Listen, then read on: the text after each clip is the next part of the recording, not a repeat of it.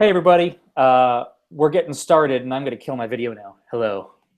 Uh, Oh, hey, yeah, everyone. I forgot to kill my video as well. We were just chatting about business.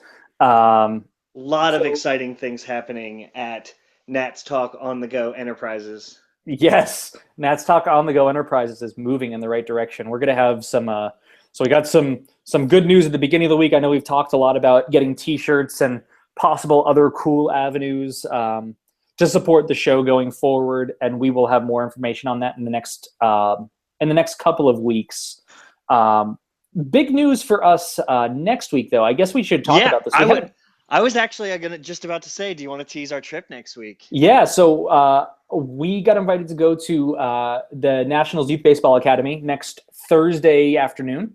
So we're going to go down and check out all the awesome work that they're doing there. I know that we have some listeners and friends that have mentored down there and have checked out the facility. So I'm really excited to get down there and check it out, talk to some kids, talk to some of the mentors, talk to the people that run the program. So after we do that, we'll definitely have a podcast for you guys to talk about everything we saw there, plus other baseball things that are happening. But Y- I'm pretty excited about that. Yeah, really cool for them actually to reach out to us and ask us to come and see their place, and that's really it was a very strange moment for me. Just this stupid little podcast. I don't know, getting into the hands of people that do such good. I mean, it's just really it blows me away a little bit, and I'm really excited to go and see them. And I think we can probably say a little bit.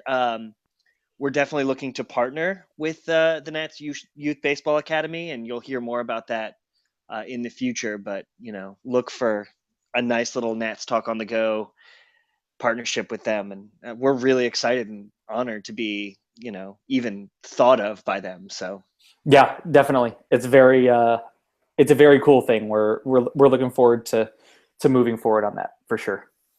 yeah, Uh, but and we have so much to talk about. there's so much baseball stuff that we don't have time to talk about other things. That's how much baseball stuff there is. You know why that is, Craig? Why is that? Because there are people in Vieira playing baseball For the last right time. now. That's true. Yeah, West Palm next year, right? That's right. So it's the last time that people will be hanging out at the famous Vieira Panera, and I've been there. It's lovely. it is lovely. I've also been there with I you. got the U pick too. It was amazing. Yes, it's just like at every Panera. Uh, but unfortunately for Clint Robinson, it's not going to be right around the corner from his house. So that's a thing. Because doesn't he live there? Sure. Isn't that a thing? I don't know. I know Drew Um, Storen lived there. Awkward. Yeah. So we actually have a lot of really good. I shouldn't say actually. We have a lot of good listener questions. We should be expecting this at this point because we always get a lot of very good listener questions. That's very true. Um, on top of that, we got the Dusty Baker thing because you did that awesome piece on the Nats blog about the Dusty Baker thing. I'm excited. So why don't we just get into it? Let's talk about pitchers and catchers and what you're and I guess not pitchers and catchers really anymore. It's No, everyone's there. the whole shebang.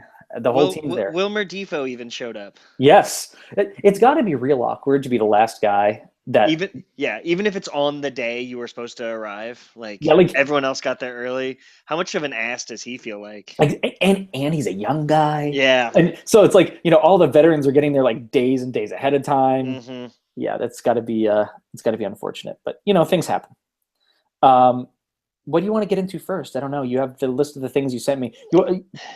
Should we talk about camp first, or you want to talk about other things first? I don't know what much there is to talk about with camp, other than everyone's there. I mean, there hasn't been a lot of news yet.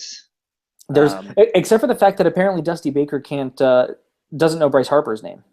Oh, that's nice. Did you see that? No, but I also saw that Willie Mays didn't know Denard Span's name. Bernard Span, yeah. Yes, Bernard Span. If Willie Mays calls you the wrong name, you just go with it. You just suck it up. Yeah. Apparently, if I remember correctly, Dusty called Bryce Royce. Oh, Royce Hooper. Royce Hooper, if you will. Okay, so that's what that was on the tweeter. Yeah. I missed it amongst all the GIFs. And Cespedes Family Barbecue tweeted out what Dusty Baker's first lineup is going to look like, and it was very funny. Nice. It was like I think it was Brian Revere and then Antonio Rendon, and Wow. it kind of went on like Cespedes that. Family Barbecue doing something funny. That's completely I know, it's board. brand new information. Speaking of Cespedes, I mean, we have to talk about the car. The cars. There was a question. Oh yeah, there's a question. Never mind. There's a question. Yeah. We'll talk about it later. Yeah. So I guess we got to talk about the elephant in the room. Which is one? Ian Desmond, I think. Okay. Wow. I thought you were going to say two other elephants in the room, but okay, we'll go with Desmond first. That's fine. But let's talk about it because I feel like we talked about it before, but we've kind of dropped it late in the podcast. Yeah. Like I just want how does he not have a job yet? It's incredible. I mean, we talked at the beginning of the offseason about how the market for Desmond was quite small. Yeah. San Diego, Chicago, and still to be determined the Rockies. Yeah. That was pretty much it. And San Diego filled what they needed. And then as of this week, the White Sox signed Jimmy Rollins to a 1-year deal. So 1-year minor league deal. Yeah, that's right. 1-year minor league deal, but I'm pretty sure he's going to break camp with the club. He's going to be their shortstop, yeah. Yeah. So his market is quite small and even smaller. I know I texted this to you the other day. Has anyone misjudged potential free agency more than Ian Desmond in the past? Yeah, I'm not going to say it hasn't happened, but wow. Yeah, I mean, it was the perfect storm. I mean, the qualifying after. I don't think he misjudged it necessarily. Right. I just think that it was, like you said, the perfect storm of crap. Yeah. I mean, because really, his second half was not bad. No. He had a decent second. It wasn't up to his standard, but it was a good second half. It was definitely top half of major league shortstops. And I mean, I got to agree with those in the Nats clubhouse that are saying there's no draft pick that's better than Ian Desmond in a clubhouse. I mean, I just don't think that's the case. But man, or on the field. I mean, yeah. This is the thing. I cannot believe that, yes, the qualifying offer system means that they're going to lose a draft pick. But if a team is going and is going to put a 3-year deal on Ian Desmond, which seems more than reasonable at this point. Right. Like, who are you drafting that you're going to lose that's going to make that kind of impact over 3 years on and off the field like Ian Desmond? It's just not possible. No. There's no Bryce Harper in this draft. There's no Mike Trout in this. I mean, I guess you can't know that, but even still, that's 2 or 3 years away. Yeah. So I just cannot believe. It's super weird. And I mean, now the only real option is Colorado. And Yeah. Jose Reyes got his suspension until the end of court, whatever, trial, Right. which begins, I believe, on opening day. But you got to figure after however long that goes, a week, 2 weeks, couple days, he's still not doing baseball activities. Yeah. So he doesn't have a spring training. So it's going to be a month, 3 weeks to a month before he's in game shape. So you're looking at the first month plus of the season that they're going to need a shortstop, which, I mean, do you lose a draft pick for that for a month maybe? And it's not like the Rockies are expecting to do something. Right. They're going to be terrible. They're going to win 70. I think Pacoda has them at 74 wins. Yeah. So I just don't know. I mean, he might be sitting till the draft. Do you really? I mean, what's the other option? I know. You look at all of these shortstop. Why in the name of God did the Mets sign Asdrubal Cabrera to a multi-year deal instead of Ian Desmond? Yeah. Like that is, and I'm not harping on the Mets. The Mets are going to be very good, and I'm not trying to bring the Mets down. They're going to be excellent. Their pitching's ridiculous, but if you're trying to shore up your middle infield and you've got a lot of young, talented guys, yes, you have David Wright leading your clubhouse, but why would you not considering the market? And maybe they thought the market was going to pan out and they needed to get a guy before they were stuck getting Desmond to pay too much money. But now it just seems like, my God, the Mets could just have signed Ian Desmond to a 3 or a 4 year deal, had their shortstop for the next several years in a time where they're trying to compete. It just seems Yeah, crazy. I mean, if he gets a multi-year deal, you're looking at a Dexter Fowler, $11 million per year for 2-3 years. Yeah. You're not looking at a big deal. It's weird. It's super weird, and I hope he signs soon for his sake. But I have a feeling he's going to be sitting for quite some time. Yeah, and the thing that's so incredible about it is that there was no question. There is no question in the world that he was the best shortstop on the market Right, coming and into this offseason. and that he's been the best shortstop in baseball for a 4-year span. Right. He's certainly in terms of health Yeah, and durability and in clubhouse presence. I mean, he is a top shortstop. He's incredibly good. yeah. It's very strange. I don't know what more there is to say about it until something actually happens, but Yeah, I hope it happens soon, man. me too. So there's been a lot of conversation about the qualifying offer system Yeah. around this. Do you think something needs to change? Probably, but I Yeah. couldn't tell you what is a better situation. Yeah. I I mean, mean, it's the whole system is put in place to protect small market clubs from having their players sign big money contracts and teams not to get anything for it. yeah. But I mean, it's risk reward. I mean, Ian Desmond could have done a Matt Wieters and taken the $15 million and used it as a pillow contract, I, but do, he chose not to. I don't think anything needs to change about it. Yeah, I I, mean, I don't. I it's it's how risk reward. Yeah, it's how it's supposed to work. Ian Desmond got offered a 7 year, $100 million contract. He yeah. turned that contract down, and then He bet on himself and lost. he got a qualifying offer and still bet on his free agent market and was wrong again. Yeah, I'm not saying that I'm happy to see that Ian Desmond doesn't have a job. I'm devastated about it. I think the guy is incredible, yeah, but I I don't think anything needs to change. I think yeah, the system is working the way it's supposed to work. yeah, It's he made a couple of bad choices, and that's the situation that he's in, unfortunately. And I hate to see it, but I don't think that means that anything needs to change. It's a system that overall works. yeah. Jordan Zimmerman didn't have any trouble finding a job. That's pretty true. I mean, he was like the first guy to sign. Yeah, So I don't think anything needs to change. I don't know. yeah.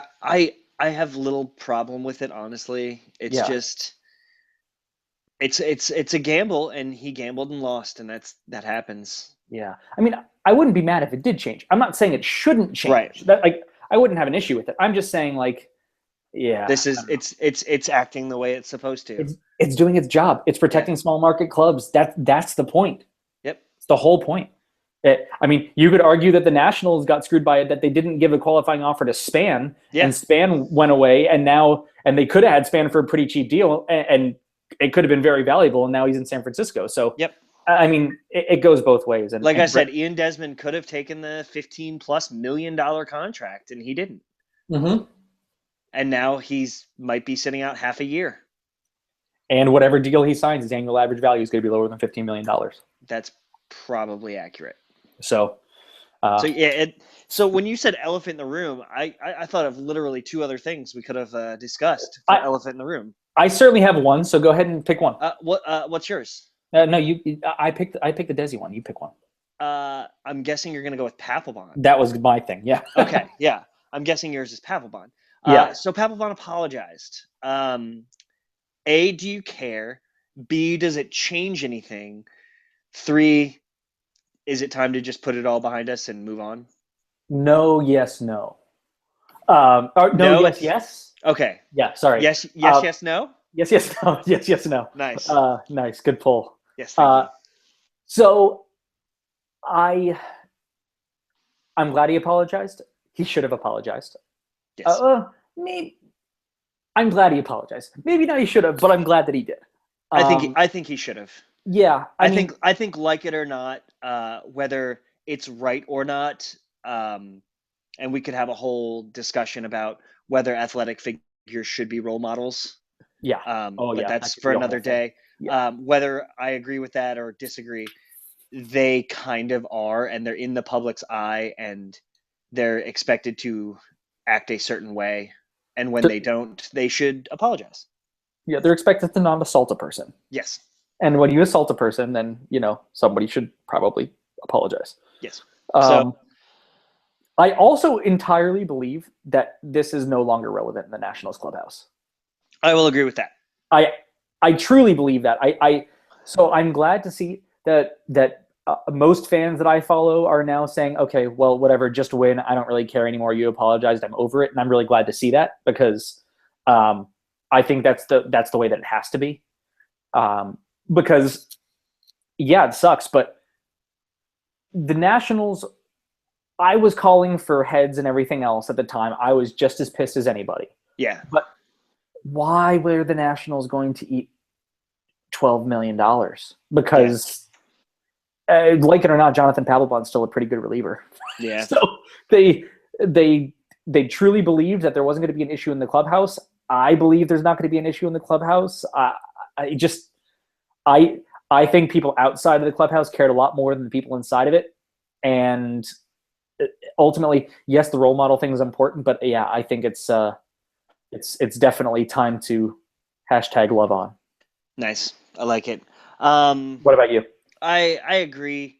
I think I said online, I'm not going to root for the guy. Oh no, I don't like him. Yeah. I want to be clear. And he's an idiot. Yes. But can I just say a thing since we're on that topic? About the shirt? About the shirt. Okay. So if you have lived under a rock and you haven't seen a story that Papelbon was going to the apology press tour, was going to wear a cutoff shirt pointing to his biceps saying, Obama can't ban these guns. That's phenomenal. I think it's hilarious. And I could not possibly disagree with the statement on that shirt more. But it's funny. And this is my thing. I think there are things that are worth getting very sensitive about because there are serious issues that have to be dealt with. Assaulting a coworker on national, essentially what ended up being on national television. It went viral. That's a big deal. Yeah. And apology was probably, you're right, an apology was probably warranted and everything else. That shirt, it's just funny. He might believe it, and yeah. I think that makes him silly, but I think it's just kind of funny. I don't know. That's just my take on it. I think it's funny. I think there are things to be sensitive about, and gun control is definitely one of them. But that's not a statement to me on gun control. It's just a funny shirt. Yeah, I would have rather the right to bear arms with the man with bare arms. So much better. But so much better. That's fine. Nats PR did their job, so yeah, they did it well, because if that had happened, it would have, instead of being what it was, it would have been a nightmare. No, so, I'm not going to root for the guy. I'm not going to boo the guy. I'm just indifferent towards him. I hope he gets a lot of saves because that means the Nationals are going to be winning. But exactly, that's and ultimately win games. That's all. I'm ready to love on from that one. Yeah, I am too. I'm gonna try and be better about it. Last elephant in the room. Zimmerman's apology, or not Zimmerman's apology. Zimmerman's press conference. I totally forgot about that. Yeah. For those of you, once again, living under a rock, Ryan Zimmerman was named in an Al Jazeera report of having received and used human growth hormone in recovery from injury. I don't know exactly when it was, but the report was recent. He is vehemently denied, and he has actually filed, what is it, a defamation suit? Yes. Against Al Jazeera for the report, and in so doing had to release phone records, email, like his entire email account, and pretty much all correspondence that could possibly be used as evidence to support him. It's very hard for any public figure to win a case of defamation, but it's pretty, I guess, important, pretty telling that Zimmerman's actually even attempting that, which means he might not be delusional and he might be serious, that this is a load of malarkey. Nice load of malarkey. Yeah. So I said in the past that it wouldn't surprise me if anyone uses, and I still believe that. Yep. And my, I guess, go-to reaction is, oh yeah, they probably just did then. Right. I'm also acknowledging my inherent bias because I have 2 Ryan Zimmerman jerseys, and I Yeah. love Ryan Zimmerman. I have one jersey with a name on it, and it is Ryan Zimmerman. So Yeah. So I acknowledge my inherent bias, but I believe him. You wouldn't go through. Yes, he is rich, but yeah. trying to win a suit like this is a huge personal and financial commitment and investment. So you never saw Barry Bonds or Lance Armstrong do something like this. No. And I think that says something. And I was reading a little bit about it, and opening himself, filing this suit opens every email and every phone record and everything that Ryan Zimmerman has ever made is now open in this court case. And he feels so strongly that he's like, he's basically saying, I've never even talked to these people. Right. He's really he's putting it all on the line. And I think I agree with you. There are very few players for which it would surprise me to hear that they did something to get an advantage in the game of baseball. At this point, this would surprise me. Right. Based on the reaction. Yeah, I agree. But it's interesting that he went that route. And watching a few of the clips of that press conference, he was a determination that I hadn't seen from Ryan Zimmerman. I didn't see any of the video, so yeah. I can't speak to it. But from what I read on the interwebs, it seemed that way. Yeah, so much more believing of Ryan Zimmerman now. Once again, not a character thing, just a jaded by sports thing, I guess. Yeah. But he's making me a believer, and yes, I acknowledge bias in that, probably. Well, I have a transition into our next topic of conversation. Do it. Our colleague Fake FP just tweeted what might be my favorite thing ever. Okay. This was just an answer on Jeopardy! The Nationals' Blake Trinan has hit 100 miles per hour with this type of pitch that gets its name from its downward motion. Wow. What a sinker, Alex. What a sinker. So not only did the Nationals get on Jeopardy!, Blake Trinan was the pitcher they chose. That is spectacular. That is unreal. That just made my night. I cannot even right now. And gets the official Nats Talk on the Go Twitter account retweet. Oh my God, that's so awesome. I just love it. And the reason I'm going to use it as a transition is because we did get a question about this topic. I believe it was from Michelle. It was from a Nats fan.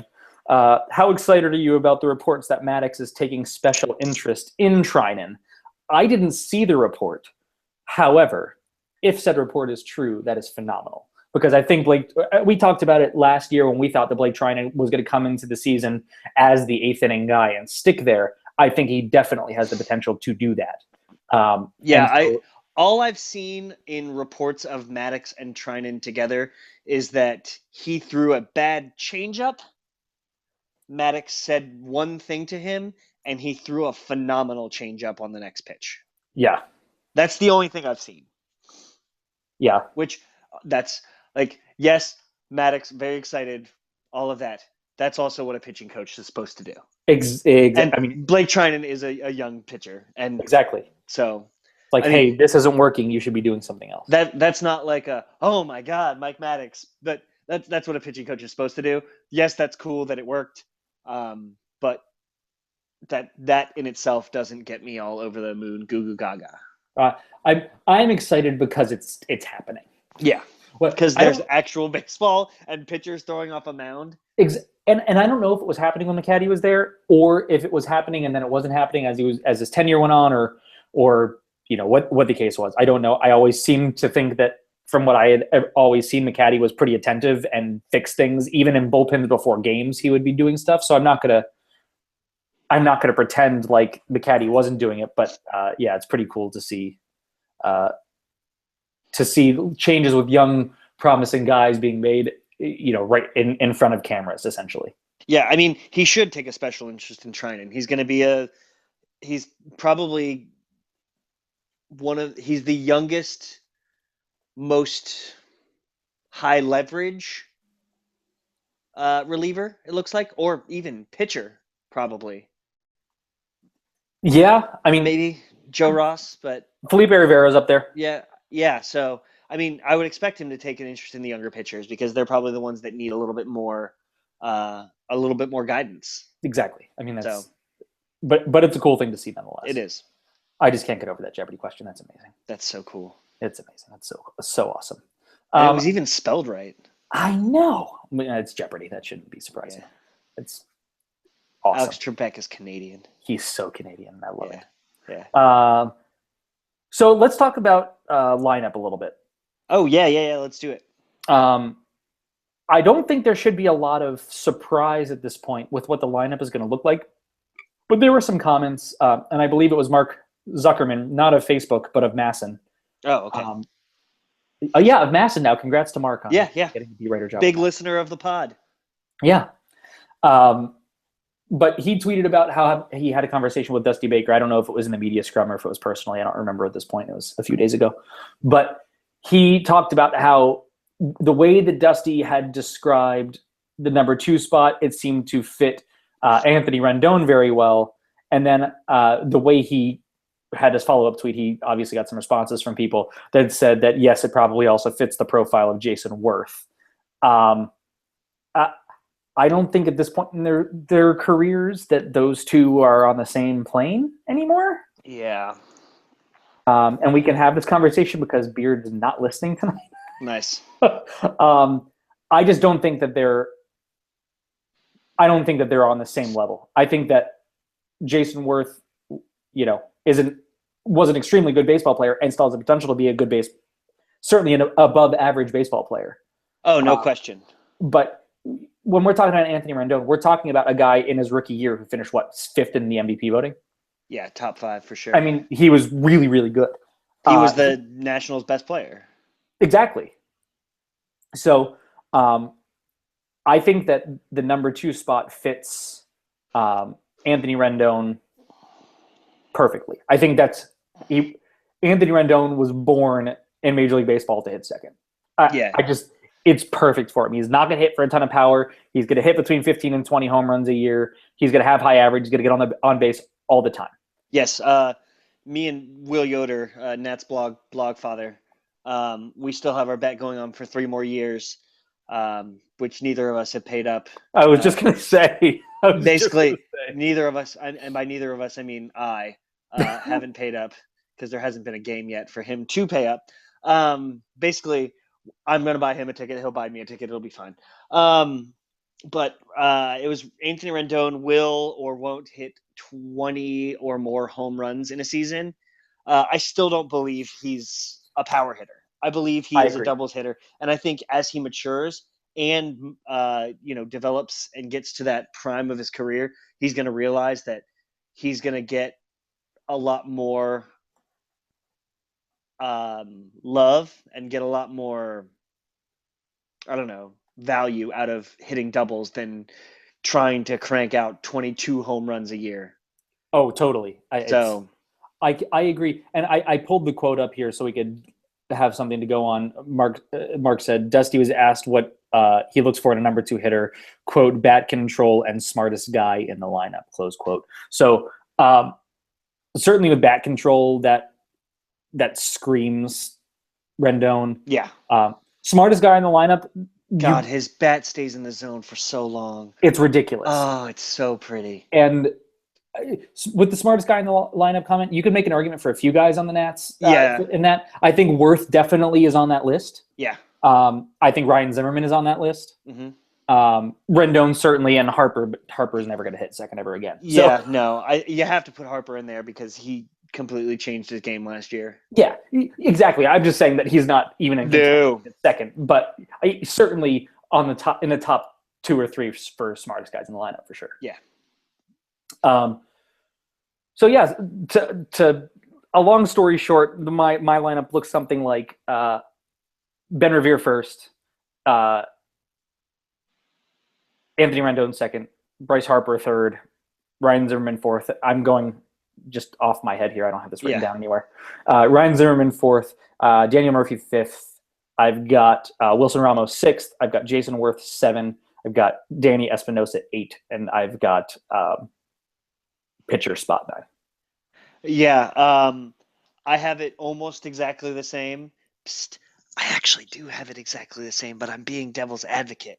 Yes. I have Daniel Murphy hitting fourth. I think his power is definitely going to be a lot more than Zim's, because Zimmerman is another one of those kind of doubles hitters, and you want a little bit more pop in the lineup. Because, I mean, we've said it how many times, for how many years, that when Ryan Zimmerman is on, he's lacing one hoppers to the gap constantly Oh for yeah, days.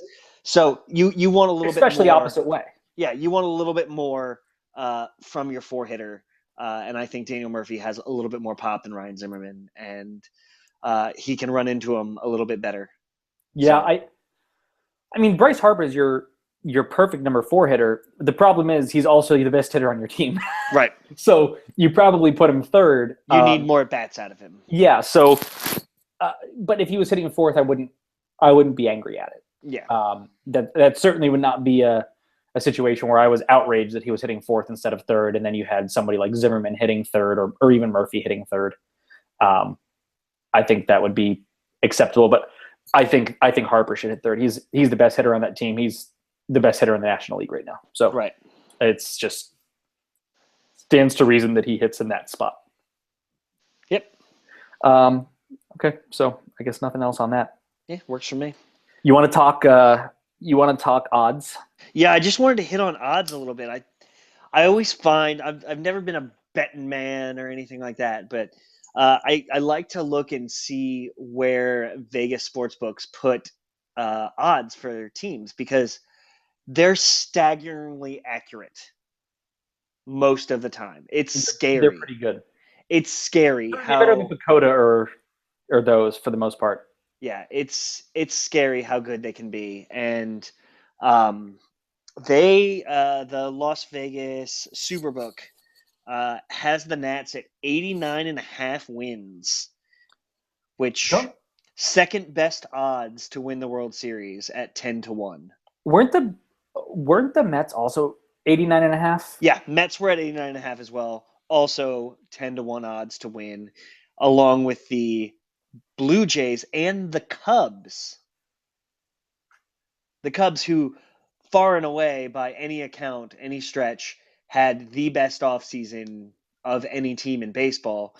And the Nationals, one of, I won't say the worst, but bottom half. Same odds to win the World Series, according to a specific Las Vegas sportsbook, at 10-1 odds. And I just found that very strange. And the 89.5 wins just really, it was a little bit surprising. But then when I thought about it, the Phillies and the Braves are going to be two really, really bad teams. Yeah. And the Nationals play them 38 times. Yeah. The Mets do as well, but so do the Nationals. Yeah. Which, that's why they have the same odds on wins. So and the Marlins aren't going to be very good either. Yeah. It's pretty much already going to be better than the Mets or than the Phillies and the Braves, but I don't think by a whole lot. They're still going to be a sub 500 team by a lot bit. I think you're probably right. Yeah. So I just found that very interesting, and I just I know as we get closer and closer towards the season, we're going to probably do official predictions, and I can hopefully do better than my last year, which I don't know how I can do worse. You and me both, buddy. You and me both. So, but 89.5, that seems high off the bat. It seemed, because honestly, I think the Nationals got worse in the offseason. Yeah. It's high for betting odds. Yes. I think that it's real. I think it's really easy if you were betting to take the under on that Yes. I number. mean, you lost Ian Desmond and you lost Jordan Zimmerman. Yeah. And yes, I know Zimmerman kind of had a down year. We already discussed Desmond having a down year as well. But you lost two essential pieces that are being replaced by, you know, essentially a super rookie in Joe Ross or Tanner Roark. And you have an Danny entirely Espinoza, new who, bullpen. an entirely new bullpen. So that seems high. I'm not saying they're not going to win that many. I'm just saying I that's I agree. high. I think that might be right about the number. It makes sense. It's just for betting odds, it seems on the high side. You would expect for betting odds for it to be a little bit lower. I feel like it played a little bit safer than it is. That's all. Yeah. It just surprised me. Yeah, I would agree with that. Yeah, we'll get into predictions as we see what the lineup looks like on opening day, because spring training is a hell of a thing. Yes, it is. But speaking of the Phillies and the Braves looking to be pretty bad, what are your thoughts on the Boris tanking thing?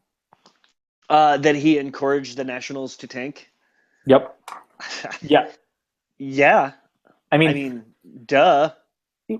Why wouldn't you? But have you read anything about his thoughts on how to fix it? How to fix tanking? No, I haven't. So it's interesting. Adam Kilgore, who is just amazing, wrote an article on the Post, basically talking about how Scott Boras thinks that there needs to be a bottom. That you need this. It doesn't do any teams any favors if the Nationals and the Mets. He they specifically talked about the Nationals and the Mets playing the Phillies and the Braves, and how they're going to be two astonishingly bad teams, and it messes with the competitive balance of baseball. And it's back to this whole competitive balance story, and how there should absolutely be a floor that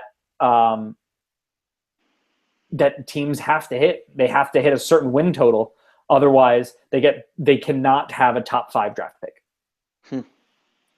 And I looked at it and I was like, huh. Yeah, that's interesting. It's really interesting, isn't it? I think there's just too much chance in baseball. I mean, you can set this rule and you can have, you can draft a superstar in your first terrible year who's playing by the third terrible year. You can sign 2 free agents. A guy can have a career year and you're out of that. Or you can have those same amazing players, and in your year where you're expecting to not be at a floor, you can have 3 consecutive ACL tears and a Tommy John. Yeah. I mean, I think there's so much objectivity in that it's a scary game to play. I would agree. I think it's compelling. There's something about it that's really compelling to me, because it makes the front office try a little. Yeah. To put together a team that's but I not. Mean, I think about the 2008 and 9 team, Washington Nationals team. Yeah. I mean, they were astonishingly bad. There were more than a dozen people, if I remember correctly, that played in 2008 and 9 from the Nationals, probably a bit more, that never played again that year. Yes, I know, but you also see players like Craig Stammen successfully transitioning from starter to bullpen. Tyler Clippard successfully transitioning from starter to bullpen. Ian Desmond breaking into the majors and kind of getting the yips out while he could, Yeah, it's a good point. You see things like that. I mean, there's a yin and there's a yang to everything. So yeah, there can be value. And to use the Braves as an example, the Braves in 16 months traded away every single player except for Freddie Freeman. And they probably this offseason, they probably made one of the best trades in the last 5 to 10 years in all of baseball in getting Dansby Swanson, Ender Inciarte, and Blair, I think it is. Yeah, for like Simmons. for nothing. Yeah. So that trade's incredible. So it's not like they're doing things, and they are doing things for the future. Yes, they are going to be tanking now, but they're loaded up. Yeah, I mean, look at the Cubs. The Cubs were terrible. They had the best minor league. Look at the Royals 5 years ago. They had the #1 rated farm system in baseball, and look where they are now. They just 2 straight World Series appearances and 1 World Championship. I mean, you could have said they tanked for a while. the Astros. The Astros, they had 3 horrible years, and all of a sudden, bam, there they are. So yeah, it's painful, but I mean, more often than not, they're coming out the other side much more competitive. I mean, 2 years ago in 2014, it was the Braves and the Nationals. And Yeah. now the Braves are at the bottom again. It's all cyclical. I don't think it hurts baseball. I don't have a problem with quote unquote tanking. If it's super duper blatant and I don't know. I don't even know how you can prove that. That's my problem. I don't know how you can prove it, and this is my long way of coming about to. I agree with what you're saying entirely, and I just kind of wanted to bring up the topics because it was worth talking about, honestly. I mean, the only thing I could see that I would have a serious issue is, I know it's obscure, but there's a minor league hockey team in Flint, Michigan. Oh, jeez. This was in the news in the past week. Their owner fired their entire coaching staff for the 2nd time this season. Like, Jesus. And the league came in and suspended the owner. They pretty much were like, you're done. Pretty much. Wow. And they reinstated and kept the team afloat. But, in an instance like that, where you're just blatantly getting rid of for peanuts. I mean, this isn't a 2003, or what is it? Was it 2003? Expos situation where you're trading Grady Sizemore, Bartolo Colon, and you're trading everyone who's any good. Minaya. Yeah, for nothing because the team's going to be gone. I mean, you're not seeing trades like this. And, you're seeing, and Major League Baseball doesn't want to foot the bill for those guys. Right. So you're seeing trades that have competitive value. They might not be immediate competitive value, but you're seeing legit baseball talent change hands. You're not seeing Bryce Harper being traded for Kevin Kuzminoff. Yeah, right. Yeah. So I don't know. If it doesn't pass the sniff test, that's another story. I mean, what is the quote? I can't define pornography, but I know it when I see it. Yeah, right. Like, I can't define tanking, but it's pretty clear when it's tanking, and I don't think anyone's actually tanking. I mean, look at the Phillies. They finally hired smart people for the first time ever. Yeah, for the first time, yeah. They're doing smart-ish things for the first time ever. So, yes, they're bad, but they had the worst general manager ever. Yeah. So, he didn't get the game at all. So, yeah, I don't see how you can say anyone currently is tanking. Yes, their teams aren't very good, but I don't think there's really too much they can do about it. The Nationals, a good baseball team with playoff aspirations and real serious potential, weren't able to sign Hayward, Zobrist, those kind of players because they went to a World Series favorite. Even if the Phillies or Braves had come in and offered the same amount that the Cubs had or the same amount the Nationals had, they wouldn't have gotten a player anyway. Right. So I don't know. You could say the Nationals are tanking because they really didn't sign any big free agents, Yeah, it becomes objective, but like, I guess the point is, Boris is saying have a win floor. I think he said you have to win 60 games a year. If you don't, you lose your top 6 draft pick. So even if you have the worst team in baseball, all of a sudden you get the 6th draft pick instead of the first.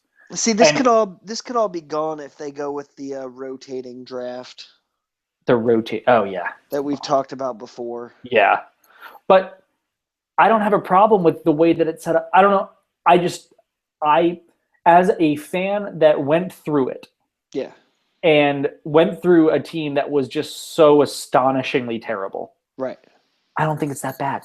No, I mean, there it are nights where it's just impossible to imagine that a team could be that bad at baseball. I mean, yeah, there are definitely those nights, but then you have Bryce Harper and Steven Strasburg for 6 years. yeah, So, you know, and I yeah, know that that's an extreme case and that's not normally how it works. Oh, and also add Anthony Rendon to that. yeah. He's pretty good. But it it does tend to benefit teams long term. Even with the crazy Brady Aiken stuff from the Astros, they turned out fine. Yeah, So like they had a bad situation and it still turned out fine. yeah, So I'm not really. It was Brady Aiken, right? I'm not yeah. missing that. Okay. Um, I'm not really all that concerned about it. I don't know. I No, think that it's a cool idea. I think it's a really cool idea to say that you can't. You have to at least try to break 60 wins. But I think that even overcomplicates things. I think that's like well, okay, and so you have I mean, how are you going to go to a team of 25 major leaguers, and they are major leaguers, despite the fact that they might not be worthy major leaguers? They're sure, playing in the major leagues. Like we always say, all it takes is one, and there's your market or whatever. yeah, Um, how do you tell a team of major leaguers, you're so bad and not good at your job? We're going to blame the front office because you're not actually any good. yeah, I know you're trying really hard. Like, and to tell a do, bunch of guys do that you you have do you that you're really paying think major league. like Go ahead. are the players really not trying their hardest out there? That's No, ultimately the thing. they're just not good players. Yeah. I mean, they're just And I not. think that's the Yeah, point. They're trying to convince people to sign good players rather than, you know, the the the quad A, and the five quad you A guy can't that can make sign. Right? players sign. That's the problem, Yeah, as yeah, we found out. that's for sure. Yeah. That's for So sure. yeah, fun little. I didn't expect to talk about tanking. That was I fun. didn't either, but I think I thought it was a really interesting topic. I wanted to at least bring it up. And of course, before we go to questions, I certainly want to talk a little bit about the new manager. Oh Because yes. Oh you yeah. found some cool Dusty things that I know that if you haven't read the natsblog.com piece, you should do that. But also just it's just interesting. He's an interesting guy, an interesting topic, and Craig and I certainly have have changed our tunes about Dusty Baker. Yeah, I'm much more on board than I was. I'm trying to, I don't know, grow as a human person and not be so analytical about it. Because, I mean, my passion for baseball is completely irrational. Yeah, right. It's so dumb, but it's wonderful and I love it. So I need to not be so dismissive of things like team chemistry and because I can't put a number on it and all that kind of stuff. So um, I was researching Dusty Baker and kind of trying to figure out, you know, is he the same manager? Because I know there was a lot of hand wringing over when he was first hired, you know, everyone, oh my gosh, he kills young arms, blah blah blah blah blah. He kills Including young by the arms. two people you're listening to speak right now. Yes, and I was quite self-deprecating in my piece, I Yes, believe. you were. Um, but Dusty Baker also said like that was a long time ago, and there's a lot more information now about that, about how to treat a pitcher and all that kind of stuff. So I decided to look back at how his last stint was, and he with the Reds, he was there for 4 years, and he won 90 plus games like 3 out of the 4 seasons, including in the last year when he was fired because the team lost the last 6 games. And then uh, his coach or his management wanted him to fire the hitting coach. And he said, no, it's not the hitting coach's fault. So, Yep. um, so he Talk got about a fired classy move. because He of it. could have saved his job. Yeah. So he put his neck on the line for his hitting coach and paid the price. And that kind of just tells you a little bit about who Dusty Baker is. And, you know, I think that's the kind of manager that this ball club needs, especially after having such a lackadaisical and aloof Aloof manager is a good. as Matt Williams was the past couple of years. And once again, Barry Svrluga's 3-part essay on the national season is a must read if you Yeah. don't know Oh what yeah. yeah. It Uh, just the more I think about that hire, the more I just cannot understand it. yeah. It So was just such an astonishingly bad decision by Mike Rizzo. yeah. So Dusty Baker, he's a player's guy. He might not be the best tactician, but I think he's a lot better than people gave him credit for. And honestly, his recent results have kind of spoken for themselves. Yeah. I mean, my only concern remaining with Dusty Baker is his issue as a manager is the same issue as the Nationals have, is once it gets to playoff time, you can't get over the hump. Yeah, but that takes me back to Dan Steinberg's article this week, which is you hire the right people or whatever, but you as a fan, you got to enjoy it. You enjoyed 162 games. Oh, that was such a fun piece. That was Steinberg's awesome. He's Yeah. he's just so good at it. But it was a really I fun liked piece. his piece on Parmesan cheese. Oh, everything he does is gold. I didn't read the piece on Parmesan cheese, but It's a good piece on Parmesan cheese. that's a hell of a thing. I didn't even know that was a thing. So Oh, it's a thing. wow, I'll go find it. But I think we're done with this, and we get hell into questions. Yeah. Because we've got a bunch of them. We're definitely going to go over in time this week. Yeah. Sorry, not sorry. Sorry, not sorry. We haven't done one in a while. Hold on. Mixed Master Joe getting the questions going. Yeah, there's so many. And for those of you on Snapchat, you can snap your questions in to me. To Craig. Yeah. Yeah. Sorry. I'm struggling to find the beginning here. So hold on one second. Yeah. Go for it. Can't tell me to go for it when I don't have it yet. When we sing, we begin with do, re, mi. Do, re, mi. The first three notes just happen to be do, re, mi. Do, re, mi. Well, actually, we just answered Jack O'Beam's question. So, Michelle would like to know, in the bullpen, including non-roster people, assess and tell everybody what we think of them all probably making the team. So I guess we're looking at guys like, I don't know how you want to hit this question. Obviously, Jonathan Papelbon is going to be in there. Yep. I think he's the one lock. And my favorite thing, I think Dusty Baker referred to another guy that is pretty much guaranteed in there. That left-handed guy that throws real hard. Or that young left-handed guy that throws real hard, which I think is also hilarious. So Felipe Rivera is probably going to be in that bullpen if he's healthy. And then from there, you look at, I mean, Sean Kelly is a pretty mortal lock to be in. What do you think from there, Craig? Where? I like Victor Robles. Yeah, do you think he doesn't break camp though? It's entirely possible. I mean, when you spit white hot fire, Yeah, like he does, I don't know. What did Dusty say? I don't know who's gonna make it, but I really like the kid that throws 100. yeah, that's Something like that. Yeah. So I think you're probably looking at. I'm drawing blanks on names, and I don't have names in front of me. Ali Perez is going to make it, obviously. It's going to be interesting. There's going to be a lot of battles, and I don't want to stay on the question too long because we didn't do enough research to give a really good answer. And we have some other reliever questions coming up, but we'll make this a topic on the next podcast because it's worth digging into, and because the bullpen is one of the more interesting set of people who are going to make this team this year. All right.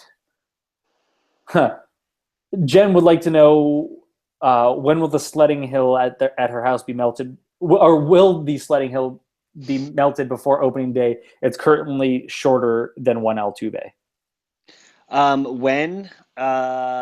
Will it be melted by opening day? Yes. Yeah, I think so too. I think we're going to get enough warm days here. Yes. And rain. Yeah, so much rain today. Beth wants to know, is there anything besides fun and health that you look for during spring training? Fun and health. Fun. Yeah. Was it fun?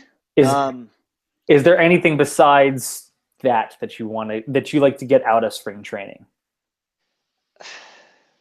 Health. That's it. That's Yeah. I don't care about fun. I know. I was thinking the same thing. Fun is important. You want the guys to have fun, and they seem to be. But yeah, They're gonna have fun because they're rich yeah, and and well, and they're they young and enjoy mostly each other's attractive. company too. But Yeah. they it is a bit of a to be cliche. It is a bit of a brotherhood. But um, I think that health is the most important thing. I think that it couldn't be any more obvious than from Anthony Rendon saying in an interview today, wearing the best I Heart Taylor Swift shirt ever. Yeah, I want that shirt Oh, because it's so I awesome. love T Swizzle. How can you not? But Rendon was like, "Yeah, I'm not going to be diving for any balls in spring training," which is the only thing you need. Get Health. ready to go, but please don't dive around. So yeah, I got a question on Snapchat, actually, Oh Jesus! from Johan from Nice. NL but he didn't put text, and I can't listen to what he's saying in video form. So come on, buddy, help me out here. I'm trying to be a little bit professional by not having your snap play on the air. Although that could be fun. We might investigate that at some point. Yes. That could be fun. Anyway, so resend that, please, with text so I can read it. But we have several people jumping in on Snapchat, so that's fun. Yeah, that's awesome. That's pretty cool. Fang and Nick. Nice. Beth also asked, basically, is there anything that can actually translate to the season, or is it just too different? So that's a follow up to the previous question. It's just too different. Yeah. Spring training is not about being good. It's about working on the thing you need to work on, and that's why all the time you see guys, that hit like 400 in spring training and that don't do anything because they weren't working on the things they're supposed to work on. They just wanted to mash the ball because pitchers are working on it too. Yeah. So everybody's just working on stuff. That's why Drew Storen all those years, he would leave spring training with like a 16 ERA and then come out and finish the season with a sub-3 ERA because he wasn't working on. He was just working on stuff. He didn't care if he got killed. He was just working on a pitch or working on getting something done. And in the case of Storen, usually working on a new windup. Yeah. Yeah, no one cares about who wins the Cactus or Grapefruit League. Not even at all. No, not even the teams. I don't even. Do they have a trophy? Is there a plaque? I doubt it. Is it like an Employee of the Month kind of thing where I don't think office there's like a little 1-inch metal plate? In a million years, I cannot tell you who's ever won any of those things. Yeah. So, at Expos Strasbourg tweets, if you had to bet a week's pay, a week. What's so funny? What's so funny? I just got Johan's snap. Oh, nice. Go ahead. I can't. Okay. Well, then shut up and let me finish this question. Okay. If you had to bet a week's pay on Steven Strasburg being a Nat in 2017, how would you bet? I would not. That you would bet that he would not be? Correct. Me too. Fang asks, describe your optimal spring training outfit. Include what neon-colored shirts, pants, shoes you would wear. Okay. Is this to attend or? I would guess to go to a game. To go to a game. Okay. Shorts, flip-flops, definitely. It's always with the flops. Come on. Always flippy Florida. Always flippy flop. Some type of garish Hawaiian shirt, Mike Rizzo style. Nice. And Ray-Bans. Because I want to get into Ray-Bans, and then some type of Tommy Bahama straw hat. Oh God. Maybe totally pull that off. Maybe even a bucket hat. I don't know. Yeah. But you should check your text messages there, Joe. Okay, I'll check it in a second. Yep. What about you? Shorts, flip flops, Under Armour sweat wicking anything. Ooh, sweat wicking. Sweat wicking. Very nice. Not even an H in that. Yep, there it is. Sorry. Oh God. So I have many questions to that. I didn't even finish reading it. Yeah.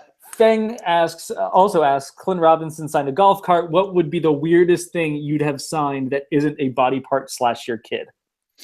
That's a good. I like this question actually. What have I signed? No, what is the weirdest thing you would have signed that isn't a body part, or in the case of you, your kid? What would you have signed that is weird? God, I don't know. I'd get anything signed. And we're just gonna move on. Yeah. Question in from Snapchat, real quick. Yep. Scherzer, does he regress in 2016? I'm sorry. Ask the question again. Does Scherzer regress in 2016? Yes. Yeah, slightly. I think he's still Slightly. I'm not talking I about. still think he's a top 10 Cy Young guy, but Totally definitely agree. some regression. Totally agree. Hard to not imagine that. Maybe just one no hitter. And Johan like a half an hour. 18 minutes. Fair enough. Okay. Alexander asks a few questions here in sequential order. Percent chance Trey Turner or Lucas Giolito make the squad before the end of April? Giolito 0. Yep. Trey Turner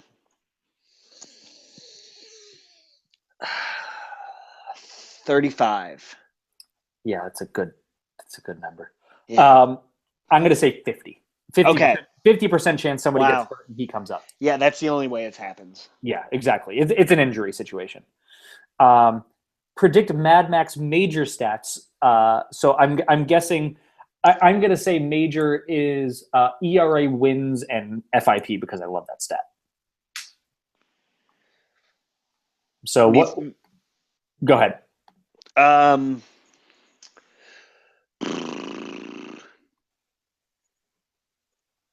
3.10 ERA.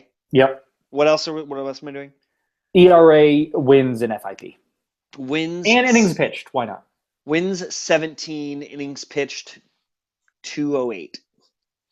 And FIP. What did I say? 310. You said 3.10 ERA. Yeah.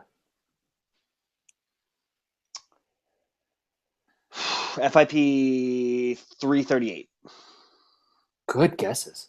I'm going to say ERA is 3.05.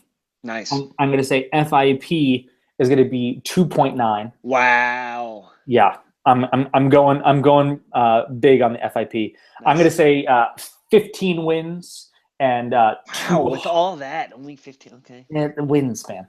Well, I know, but he goes late into games. Yeah, that's true. Anyway, you're 15. You're 15. 15. And then I'm going to say 215 innings pitched. Nice. 215. Also from Alexander. Oh, so we talked about with Trey Turner. We Turner and Giolito. We really don't think either one will break the roster. So,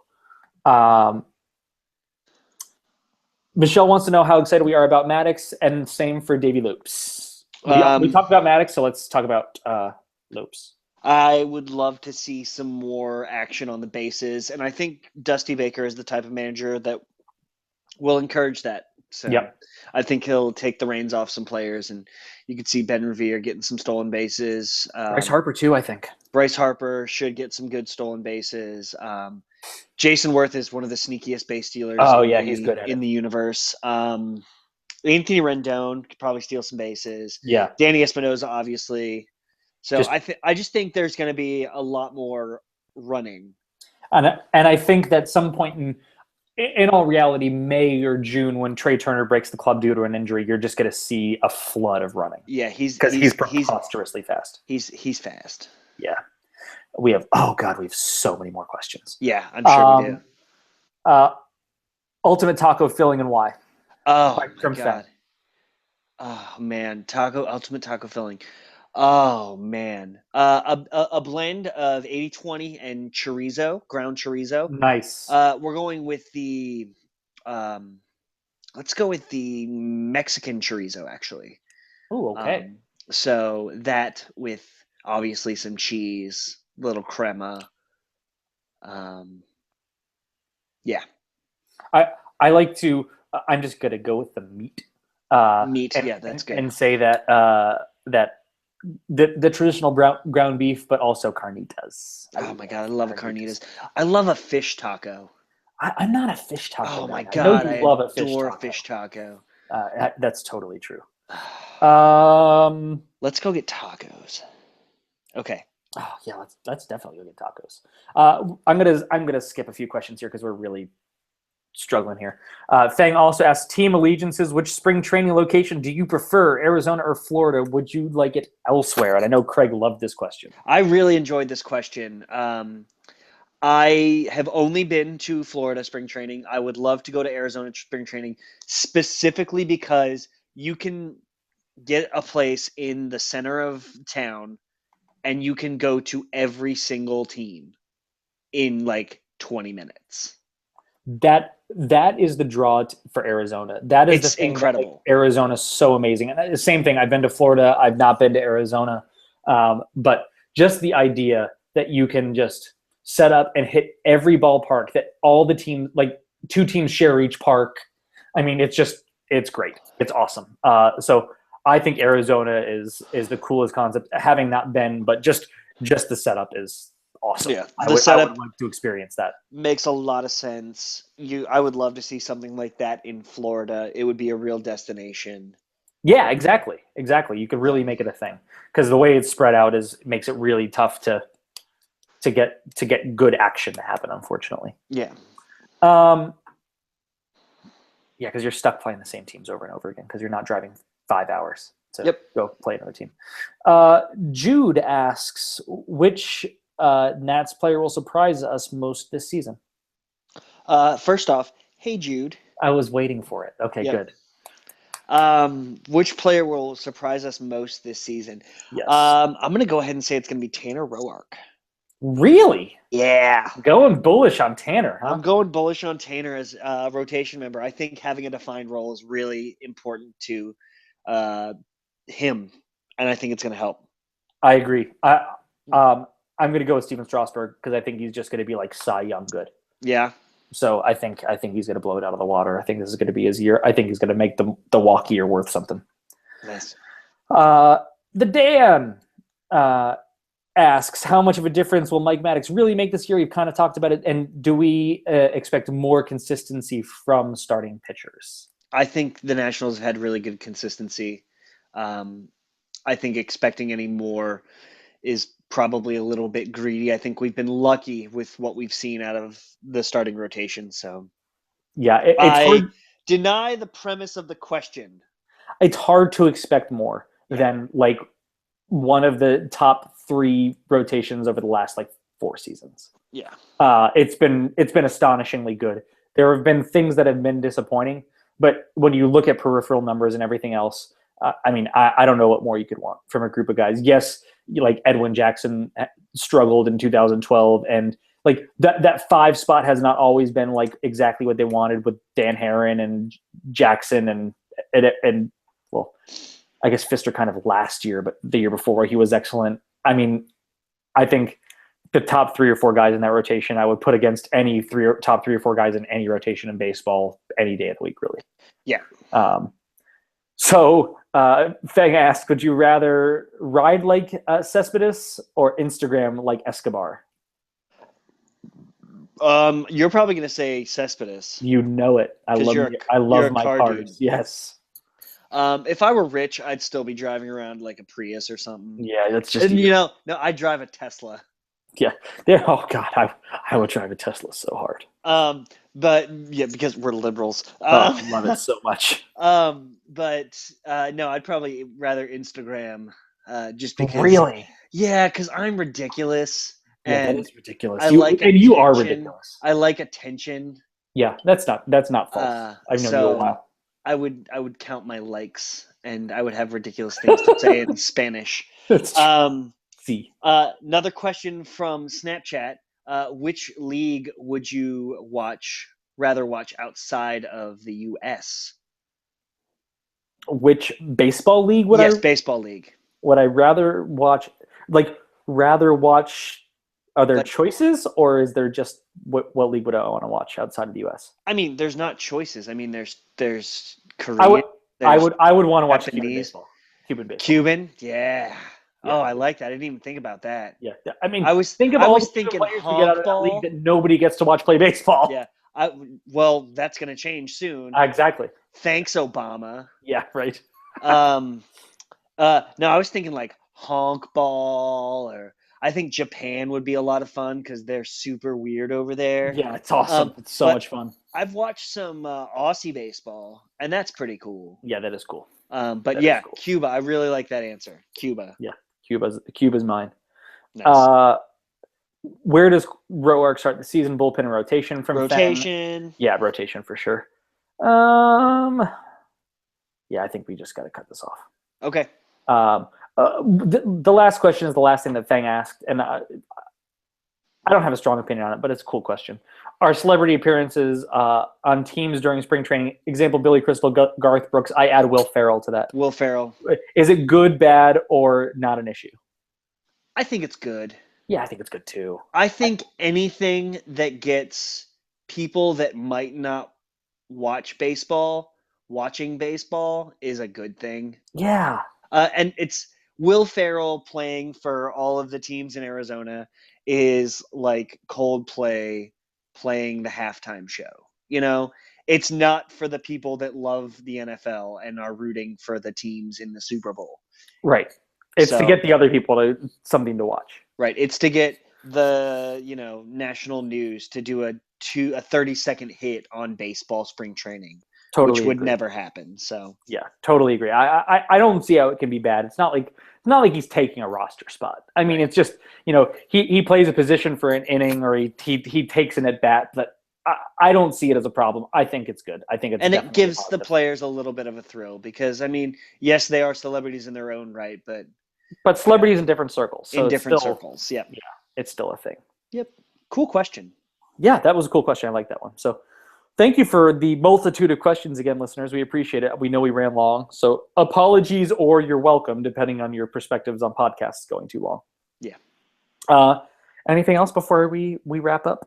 No, keep an eye on our Twitter account, as our amazing intro and outro says. Please rate and review us on iTunes. Yep. Really helpful. We're really trying to grow the show this year. We got some big plans for the future, and you guys do such a great job with everything, and we are going to be calling on your help here in the future. So thank you for everything so far, and we're looking forward to growing the show with everyone in the future. Definitely community-based show. And a quick shout out, we haven't done one. I'm going to try and do a shout out every once in a while to the Crimson Electric for playing the music on our awesome intro and outro, and to Josh Nelson for doing the voiceover and being the voice in that band as well. So thank you, Josh. Thank you, the Crimson Electric, and the crimsonelectric.bandcamp.com is their website. So go check them out. Thanks, everybody, and we will talk to you next time.